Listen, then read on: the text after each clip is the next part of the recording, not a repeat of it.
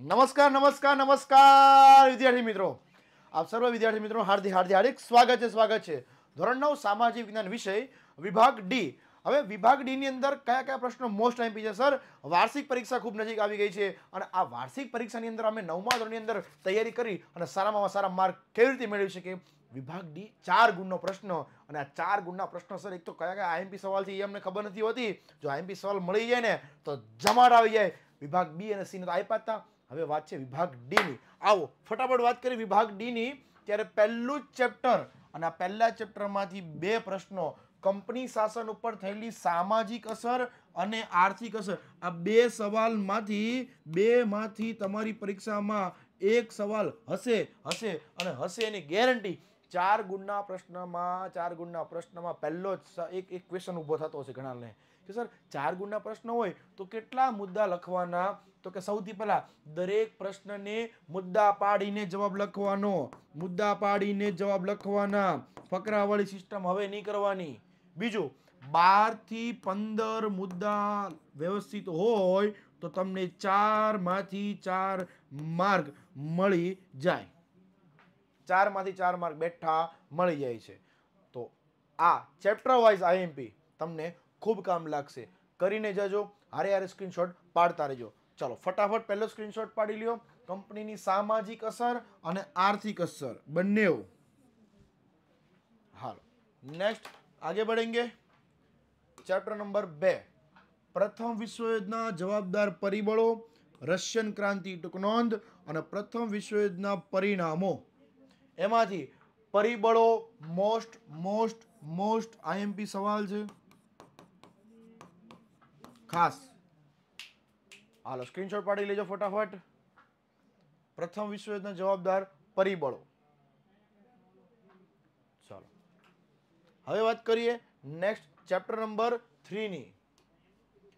તો ત્રીજા ચેપ્ટરમાંથી દ્વિતીય વિશ્વયુદ્ધ માટે જવાબદાર પરિબળો, દ્વિતીય વિશ્વયુદ્ધના પરિણામો. પરિબળો અને પરિણામો 2 અલગ અલગ સવાલ છે ખાસ. અને સંયુક્ત રાષ્ટ્રની સામાન્ય સભા ટૂંક નોંધ લખો. આ 2 સવાલ તમારા પરીક્ષામાં મોસ્ટ આઈએમપી સવાલ છે. ચાલો સ્ક્રીનશોટ પાડી લેજો. ખાસ જો વાર્ષિક પરીક્ષા છે ભાઈ, વાર્ષિક પરીક્ષાની અંદર તૈયારી જબરજસ્ત કરવાની છે.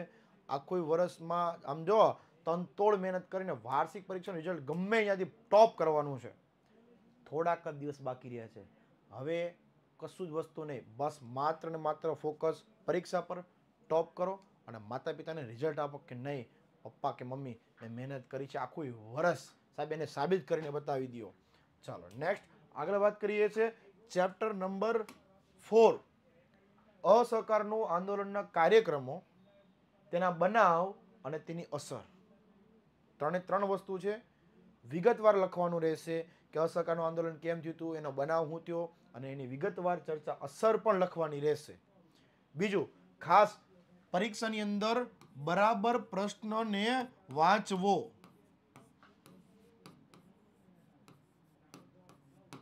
એના માટે ન સમજાય 2 થી 3 વખત પ્રશ્ન વાંચવો, પણ શું પૂછ્યું છે એ ખાસ લખવું. હવે દ્વિતીય વિશ્વયુદ્ધના પરિબળો પૂછ્યા ને તમે પરિણામ લખીને આવો છો, પછી કે માર્ક ખોટો પડે છે, માર્ક 0 માર્ક મળે છે.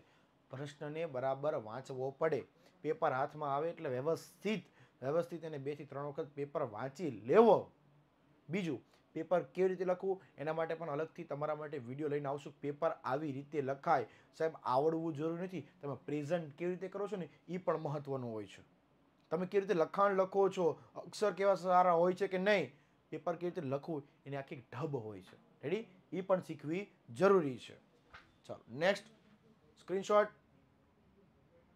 હા, ચેપ્ટર નંબર 5, હિન્દ છોડો ચળવળ અને ચળવળના વિવિધ બનાવ ટૂંક નોંધ સાયમન કમિશન, આઝાદ હિન્દ ફૌજ દરમિયાન બજાવેલી કામગીરી.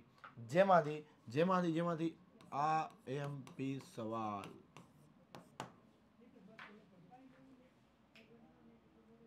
આઈએમપી સવાલ છે, ખાસ કરીને જજો. રેડી? હા, वार्षिक परीक्षा છે સાહેબ, वार्षिक परीक्षा છે, वार्षिक परीक्षा છે खास। नेक्स्ट आगे बढ़ेंगे। જી હા વિદ્યાર્થી મિત્રો, તમારા માટે લઈને આવ્યા છે યુથ પેપર જનરેશન નામની એપ્લિકેશન, જેની અંદર પાઠ્યપુસ્તક, PDF, video solution, MCQ test, reading material, IMP material, practice paper અને બોર્ડના પેપરો। તો વિદ્યાર્થી મિત્રો, ધોરણ 1 થી 12 ના વિદ્યાર્થી મિત્રો માટે આ એપ્લિકેશન છે એકદમ ફ્રી। ડાઉનલોડ કરો અને આજે જ એનો ઉપયોગ કરીને તમારું રિઝલ્ટ એકદમ ટોપ બનાવો। પ્લે સ્ટોરમાંથી પણ ડાઉનલોડ કરી શકો છો, એપ સ્ટોરમાંથી કરી શકો છો, અથવા વિડીયોની નીચે આપેલી લિંકમાંથી પણ તમે એપ્લિકેશન ડાઉનલોડ કરી શકો છો। તમારા મિત્રો સુધી એને શેર કરજો અને તમે પણ એનો ઉપયોગ કરો। નેક્સ્ટ વાત કરીએ, પ્રકરણ નંબર 6, જર્મનીના ભાગલા, એનું એકીકરણ અને ભારત અને યુએસએ વચ્ચેના સંબંધોની સંક્ષેપમાં એટલે એકદમ વિગતવાર ચર્ચા કરો। આ બંને પ્રશ્ન ખાસ મોસ્ટ આઈએમપી સવાલ છે। એમાં તો આ સવાલ તો મોસ્ટ આઈએમપી સવાલ છે।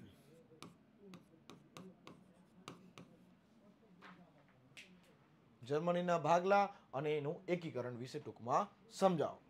બંને સવાલ ખાસ સ્ક્રીનશોટ।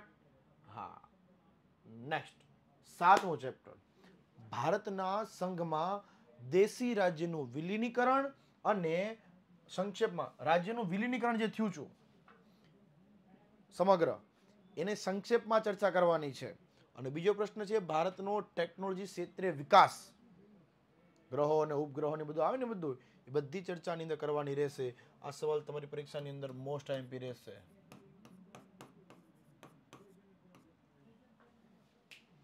ખાસ આ બધા જેટલા સવાલ આપ્યા ને સાહેબ, એ કરીને જવાના જ છે, કરીને જ જજો।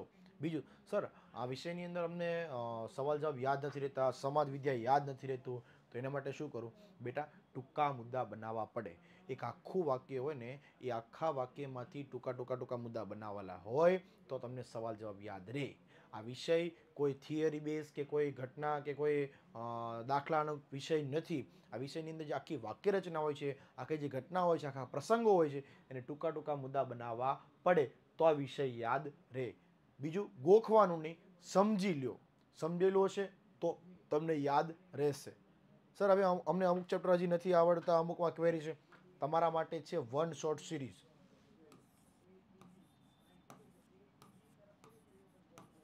આ વન શોર્ટ સિરીઝની અંદર ચેપ્ટર નંબર 1 થી લઈને બધા ચેપ્ટર આવવાના છે। ગણિત, વિજ્ઞાન, અંગ્રેજી, સામાજિક વિજ્ઞાનની અંદર આ ચારે વિષયની વન શોર્ટ સિરીઝની અંદર તમામ ચેપ્ટર અમે આપીએ છીએ। હજી નથી જોયો તો વન શોર્ટ સિરીઝની અંદર જોઈ લેજો, તમારા તમામ ડાઉટ ત્યાંથી ક્લિયર થઈ જશે।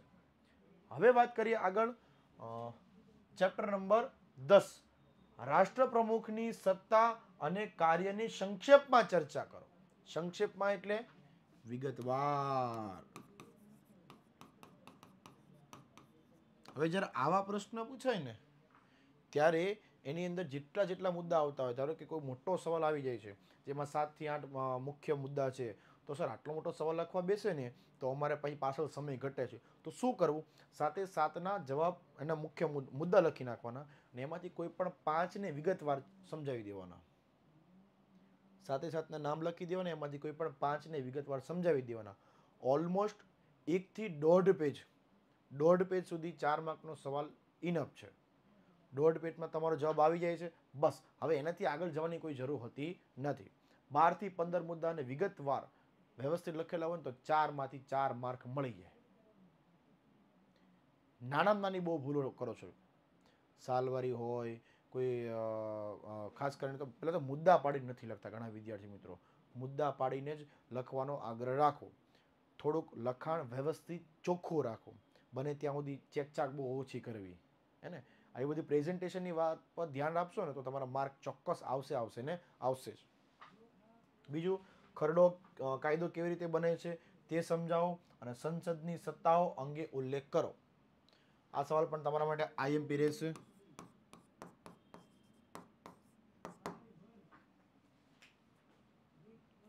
ચાલો, આ બધા સવાલ તો કરવાના જ છે, એકદમ બહુ ઓછા સવાલો, એ પણ ખાસ ખાસ એનાલિસિસ કર્યા પછી વિભાગ વાઇઝ આઈએમપી એનાલિસિસ કરેલું છે, એટલે આ સવાલ તો બધા કરવાના જ છે. સર નેક્સ્ટ આગે बढ़ेंगे. 11મું ચેપ્ટર વડી અદાલતનું કાર્યક્ષેત્ર અને સર્વોચ્ચ અદાલતનું કાર્યક્ષેત્ર.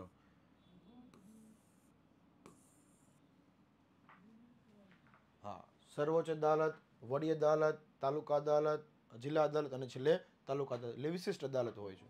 તો આ બધાનું વિગતવાર કાર્યક્ષેત્ર વર્ણન કરવાનું રહેશે. નેક્સ્ટ આગળ વાત કરીએ તો ચેપ્ટર નંબર 13 પૃથ્વીની રચના.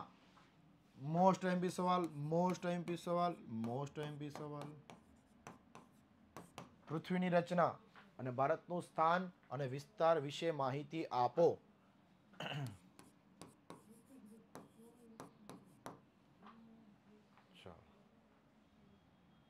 બંને સવાલ સ્ક્રીનશોટ લેતા રહેજો, ફટાફટ ફટાફટ ફટાફટ સ્ક્રીનશોટ લેતા રહેજો. 13મા ચેપ્ટરમાંથી ભૂગોળ. આ બે સવાલમાંથી એકાદ સવાલ, બે માંથી એક સવાલ તમારી પરીક્ષામાં હશે. ખાસ જોઈ લેજો. ચાલો, ટોપર બનવા માટેનો ટોપર સિક્રેટ. ધોરણ 10ના વિદ્યાર્થી મિત્રો, ગયા વર્ષના વિદ્યાર્થી મિત્રો, 80માંથી 80, 80માંથી 75+ લાવનાર વિદ્યાર્થી મિત્રો કઈ બુકમાંથી તૈયારી કરી હતી? તો youth paper generation, youth paper સ્વયં પબ્લિકેશન તરફથી તમારા માટે ગણિત, વિજ્ઞાન, સમાજ, અંગ્રેજી ટેક્સ્ટ બુક, ગ્રામર અને ગુજરાતી બુક લઈને આવ્યા છે. આ એક જ બુકની અંદરથી તૈયારી કરી તમે પરીક્ષામાં સૌથી વધારે માર્ક મેળવી શકો છો, કારણ કે દરેક બુક વિષય શિક્ષકે બનાવેલી છે સરળ ભાષામાં, અને બધી જ વસ્તુ એક જ બુકની અંદર. વિભાગ A, B, C, D, solution, બોર્ડના પેપર, પ્રશ્ન કેવી રીતે પૂછાય છે, એને જવાબ કેવી રીતે લખવું, બધું જ વર્ણન એક જ બુકની અંદર. આજે જ ઓર્ડર કરો. 97 12 44 45 48 અથવા 49 ઘરે બેસીને આ બુક તમે ડિલિવરી મેળવી શકો છો. કોઈ પણ પ્રશ્ન છે આ નંબર પર સીધો ફોન કરો, 97 12 44 45 48 અથવા 49 નંબર ઉપર. સાથે સાથે ધોરણ 9ના પેપર સેટ અને એનું સોલ્યુશન પણ આપવામાં આવ્યું છે. 14મું ચેપ્ટર ભારતમાં જમીનના પ્રકાર. મોસ્ટ આઈએમપી સવાલ છે, મોસ્ટ આઈએમપી સવાલ છે. જમીનના પ્રકારો જણાવો. અને આ પ્રશ્ન, આ સવાલ પાછું ધોરણ 10માં પણ આવે છે, એટલે ખાસ કરી નાખજો. ખનિજનું વર્ગીકરણ આ પણ ધોરણ 10માં આવે છે. તફાવત આપો પૂર્વ તટીય મેદાન અને પશ્ચિમ તટીય મેદાનો. એમાંથી આ મોસ્ટ આઈએમપી સવાલ છે. ખનિજનું વર્ગીકરણ એ પણ આઈએમપી સવાલ છે. સ્ક્રીનશોટ લઈ લેજો ફટાફટ ફટાફટ સ્ક્રીનશોટ લેતા રહેજો. ચલો જલ્દી જલ્દી જલ્દી. યો આગળ વાત કરીએ 14મું ચેપ્ટર, પછી વાત કરીએ 15મા ચેપ્ટરમાં, જેમાં હિમાલયની નદી અને દ્વીપકલ્પી નદી વચ્ચેનો તફાવત લખવાનો રહેશે, અને ગંગા નદી પ્રણાલી. મોસ્ટ આઈએમપી સવાલ. હાલો ફટાફટ ફટાફટ ફટાફટ ફટાફટ આ બધા સવાલ કરીને જવાના છે. હા, ખાસ ભૂલતા નહીં. 17મું ચેપ્ટર ભારતમાં જંગલોના પ્રકારો જણાવો. જંગલના પ્રકાર. મોસ્ટ મોસ્ટ મોસ્ટ આઈએમપી સવાલ.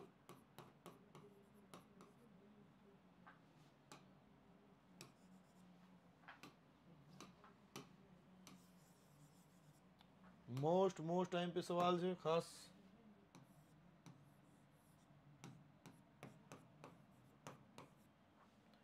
જંગલની ઉપયોગિતા અને કુદરતી વનસ્પતિ પ્રદેશ જણાવી દરેક વિશે જાણકારી આપો. ખાસ આઈએમપી. હાલો સ્ક્રીનશોટ લઈ લેજો ફટાફટ. ચાલો, ભૂલતા નહીં, ભૂલતા નહીં. આ બધા જ પ્રશ્ન કરીને જવાના રહેશે. 18મું ચેપ્ટર ભારતનું વન્યજીવ વૈવિધ્ય અને વન્યજીવ સંરક્ષણ માટે ઉપાયો. આ બંને સવાલો મોસ્ટ આઈએમપી સવાલ છે. અને 19મું ચેપ્ટર પશ્ચિમ ભારત અને દક્ષિણ ભારત. આમાં પ્રશ્ન ચેન્જ કરી શકે છે કે રાજસ્થાનની અંદર જોવા મળતા ભાષા, તહેવારો, ખોરાક, અથવા ગુજરાતના રાજ્યની કોઈ પણ સવાલ ટ્વિસ્ટ કરીને પૂછી શકે. એટલે પશ્ચિમ ભારત અને દક્ષિણ ભારત આ બે ખાસ કરીને જજો. આ બે ખાસ કરીને જજો આ ચેપ્ટરમાંથી. ઓકે ચાલો. તો આ સાથે ફરી મળીએ છીએ નવા લેક્ચર સાથે. તમામ વિદ્યાર્થી મિત્રોને વાર્ષિક પરીક્ષા માટે બેસ્ટ ઓફ લક. જી જાનથી મહેનત કરજો અને પરીક્ષાની અંદર સારામાં સારા માર્ક મેળવો એ માટે આપ સર્વ વિદ્યાર્થી મિત્રોને best of luck, best of luck, best of luck. By.